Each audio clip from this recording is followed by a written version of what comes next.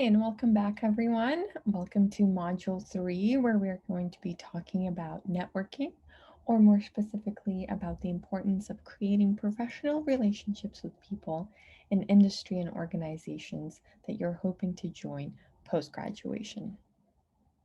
So, a good place to start when talking about networking here in the US is to define what we mean by networking. It's one of those terms that I think has lost a lot of its meaning. Here in the US, networking is establishing mutually beneficial long-term relationship. The key emphasis here being mutually beneficial and long-term. So it takes time to develop trust and to create a relationship with a professional. The nature of those interactions between professionals doesn't have to be of a great scale. It can be a connection you make with them on LinkedIn, followed up by a conversation you have with them over email. And then another interaction would be following up with a thank you email, and so on and so forth. And that's how you build that relationship.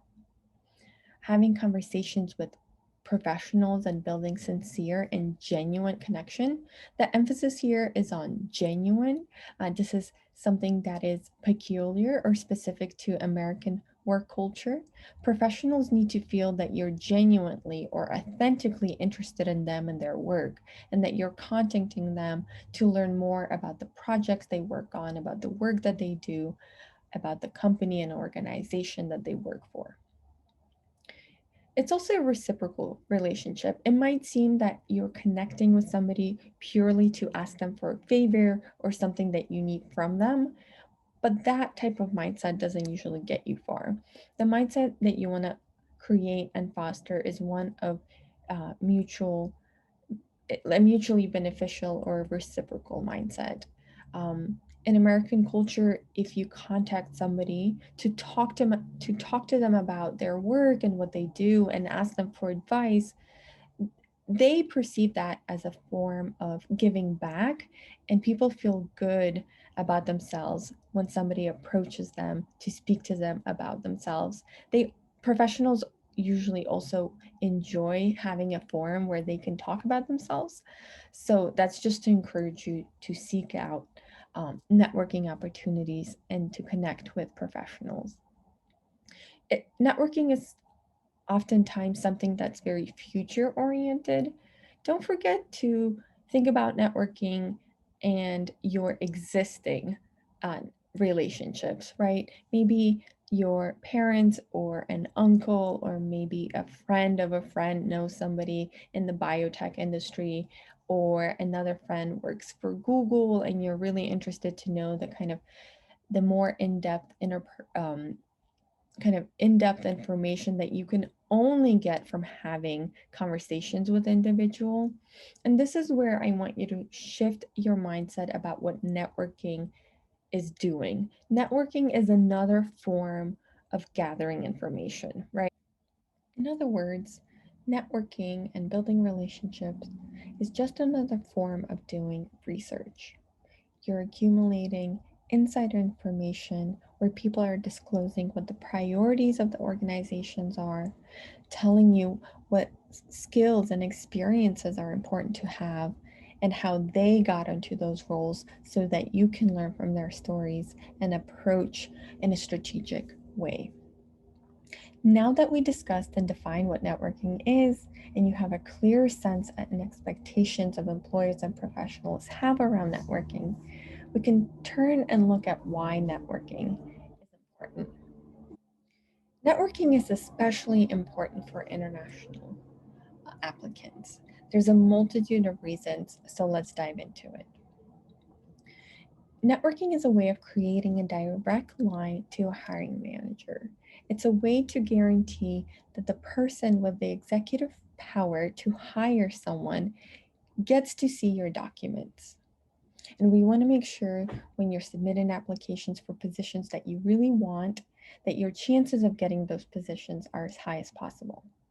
And this is where getting a referral or getting people from inside the company to validate you or to prime you to the employer and make sure that they look at you even before they met you in a positive light, and feel reassured because people in the hiring manager's network told them that you're a great fit for the position, that they should feel reassured that they would make the right decision if they, gave you an opportunity to interview, and then down the line if they made you an offer. This is all to say that what we're trying to do by building relationships with professionals or individuals that hold positions that you one day want after you're graduated, you're trying to create a network of advocates and people that can speak to your credentials, people that can abate any anxiety that the employer might have over giving you an opportunity to, uh, and that can really keep persuading your argument that you've already crafted in your job materials that you are the right fit for the position and that the company would be lucky to have you because of the many values that you're bringing to the team. I think it's important to recognize a lot of the barriers that can happen when you submit your application through an online forum. If your application is referred, each organization has a slightly different way that it receives and processes those applications. And it's also a way to make sure that the right people get to see your documents. As an international applicant, your risk stock or value is significantly higher than a domestic applicant. The reasons for this are multifaceted. For example, the employer might even be nervous of your commitment to that particular organization. Why should they invest in you? It costs a lot of money to hire individuals, whether they're domestic or international.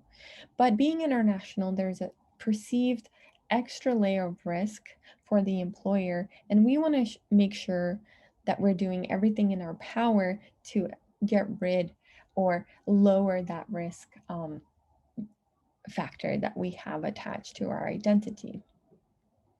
And this is where networking can really help us because people that you know within those organizations can speak on your behalf, right?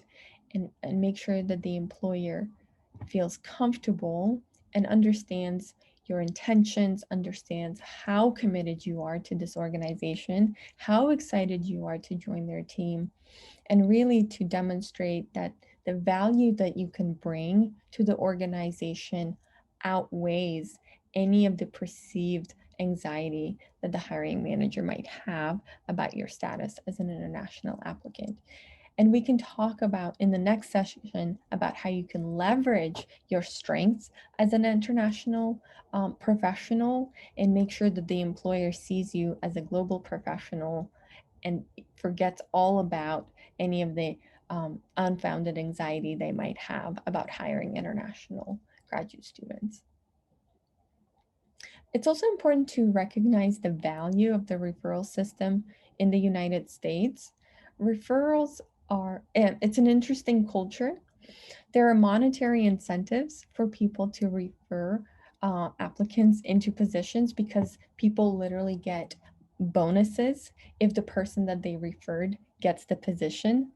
Yes, and sometimes it could be like thousands of dollars depending on your position and organization that you referred for. It's really a win-win for everyone. Um, you benefit from connecting with individual. The company gets a person who's dedicated. If you connect with individuals in the companies, it also demonstrates a different layer of commitment and a different level of seriousness. You actually become a more competitive applicant if you engage in building professional relationships. So I think I drove the point home that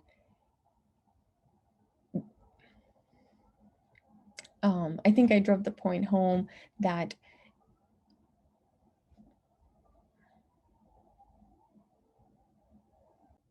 and remember, getting a job is a social activity.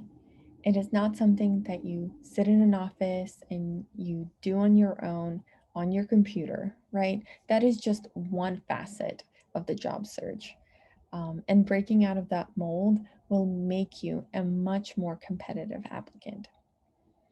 This is the end of the video, and make sure that you watch the last module, which will cover the topic of communication.